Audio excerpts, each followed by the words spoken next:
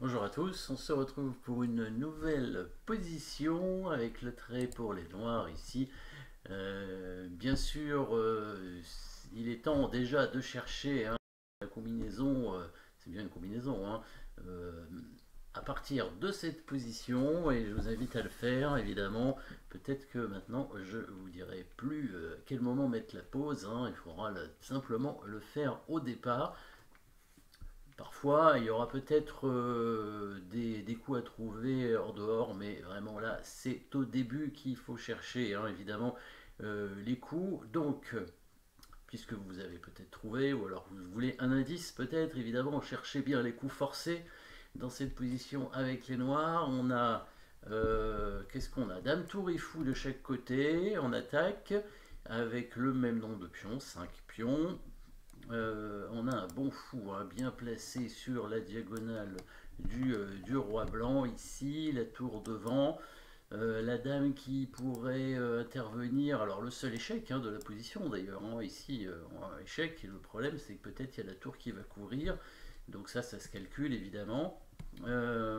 Qu'est-ce qu'il y a d'autre? Bon, la dame blanche est un petit peu hors jeu quand même, je trouve, on voit pas trop ce qu'elle fait là, cette dame. Alors, qu'est-ce qu'il y a comme bon coup? Alors, peut-être un échec ici, évidemment. Donc, ce serait une attaque double, d'ailleurs, puisque on attaquerait la tour une deuxième fois, pièce non protégée, puisque défendu qu'une seule fois et attaqué une fois. Donc, échec ici, si le roi bouge, on prendrait la tour et on gagnerait tout simplement une pièce, parce que la tour n'est pas vraiment clouée, étant donné qu'il y aura un échec derrière et qu'elle peut être défendue par le pion pour déclouer la tour évidemment. Donc les blancs vont probablement couvrir avec la tour dans l'idée de clouer évidemment la dame, et là c'est un peu embêtant, on risque de perdre la dame à moins qu'on ait des échecs derrière évidemment.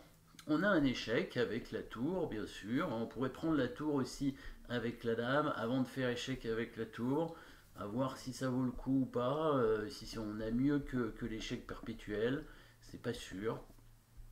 Pas sûr qu'on ait mieux que l'échec perpétuel si on fait ça. Donc on met tout de suite la tour en D1 et le roi va bouger en H2. Et après, peut-être que ce sera le moment de remettre la pause. Dame H7, échec. Donc évidemment, s'il bouge son roi ici, on prend sa tour. Bon, la menace discrète, évidemment, c'est de faire mat, bien sûr, ici. Il peut jouer, il y a une tour de moins quand même, c'est beaucoup une tour. Il pourrait mettre sa dame en C1 éventuellement pour contrer l'échec, mais bien sûr, dans ces cas-là, on va simplement, par exemple, pousser le pion ici en E4 ou mettre le fou à la place. Bon, en tout cas, on reste avec une pièce d'avance, ça c'est sûr. On pourrait aussi faire une menace de mat ici, peut-être avec la dame, un coup de ce genre. En fait, bon, voilà. Évidemment, si les blancs prennent la tour, ils auront une pièce de moins et ils vont perdre la partie, même si c'est peut-être son meilleur coup. En tout cas, regardons le coup de tour évidemment en H3. On va mettre bien la tour en D1 pour faire échec. Le roi va se mettre en H2. Et ici, qu'est-ce qu'on va faire?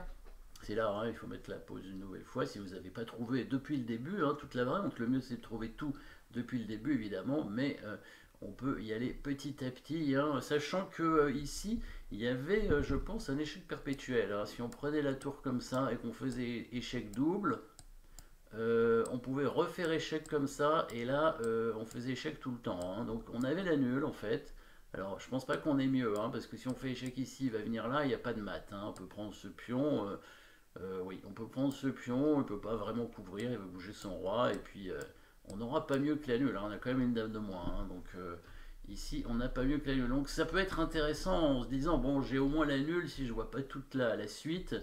Bon, c'est vrai que parfois ça peut être embêtant dans le sens où si on a une position gagnante, faire nul c'est pas bon, évidemment. Mais ici, on sentait que c'était un bon coup. Évidemment, cet échec prenant la tour donc était pas suffisant. Ce sera toujours pas suffisant maintenant, ça servira à rien. Par contre, vous avez vu évidemment l'autre échec qui est beaucoup mieux. C'est la tour qui donne l'échec pour forcer le roi à revenir sur la diagonale du fou. C'est une attraction. Et là, le pion serait cloué évidemment. Et donc ce sera mat au coup suivant. Les blancs ont un autre coup que prendre la tour, c'est bouger leur roi ici, mais Dans ce cas-là, on va évidemment mater. Alors, on a plusieurs façons de mater, mais il y a un joli mat en deux coups, hein, si vous voulez essayer de le trouver. Alors, évidemment, on peut tout simplement prendre la tour avec la tour, ensuite faire échec avec la dame en H4, hein, et ensuite faire mat avec la dame en F2. Hein. Donc, ça, c'est un mat en trois coups, bah, ce qui est pas mal, hein, évidemment. Autant mater, hein, quitte à mater en trois coups, quitte à mater, on peut mater en 3 coups, en 8 coups, en 10 coups, du moment que c'est forcé, c'est bon. Mais il y avait un mat en 2 coups, si vous voulez le chercher, vous pouvez le faire.